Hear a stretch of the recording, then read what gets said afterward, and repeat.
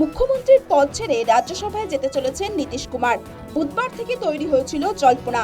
সমস্ত জল্পনার অবসান হলো বৃহস্পতিবার। রাজ্যসভায় যাচ্ছেন তার নিজেই ঘোষণা করেছেন নীতিশ। বিহারের মুখ্যমন্ত্রী হিসাবে ফের শপথ গ্রহণের 3 মাসের মধ্যে ভোলবদল জেডিইউ সুপ্রিমোর।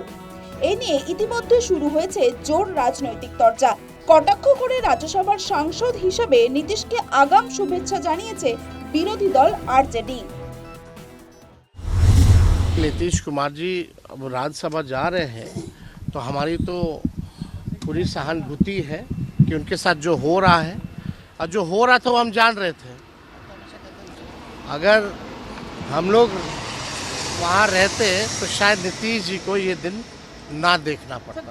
तो हम तो पूरी तरीके से उनके भविष्य को लेकर के हम पूरा जो है प्रार्थना करेंगे भाई सेहतमंद रहें, दुरुस्त रहें और जो 20 साल उन्होंने बिहार राज्य की जो भी सेवा की है उसके लिए भी हम नीतीश कुमार जी को धन्यवाद देना चाहते हैं। বিরোধী শিবির কটাক্ষ করলেও বিহারের মুখ্যমন্ত্রীর পাশে দাঁড়িয়েছে দল। नीतीश कुमार जी जैसा कोई दूसरा नहीं हो सकता है। उनका योगदान बिहार सदैव याद रखेगा। लेकिन इतनी बात तय है कि फैसले वो खुद लेते हैं। उन्होंने जो महसूस किया उन्होंने वैसा फैसला लिया और भारी मन से पार्टी के कार्यकर्ता और नेता उनके फैसले का बराबर सम्मान करते रहे। नीतीश जी पार्टी के सर्वमान और सर्वोच्च नेता हैं। वो बुलंदियों पर रहें, शिखर पर रहें, ये हर कार्यकर्ता उनके लिए इच्छा और अपेक्षा से भरा हुआ रहता है और उनके फैसले को हम लोग सर माथे पर रखते हैं, चाहे मन हमारा व्यथित भी हो। নীতিশের রাজ্যসভায় মনোনয়ন পেশ নিয়ে অযথা রাজনীতি না করার আবেদন জানিয়েছে বিজেপি। বেশ কয়েক বছর আগে ইচ্ছের কথা নীতিশ জানিয়েছিলেন বলে দাবি করা হয়েছে।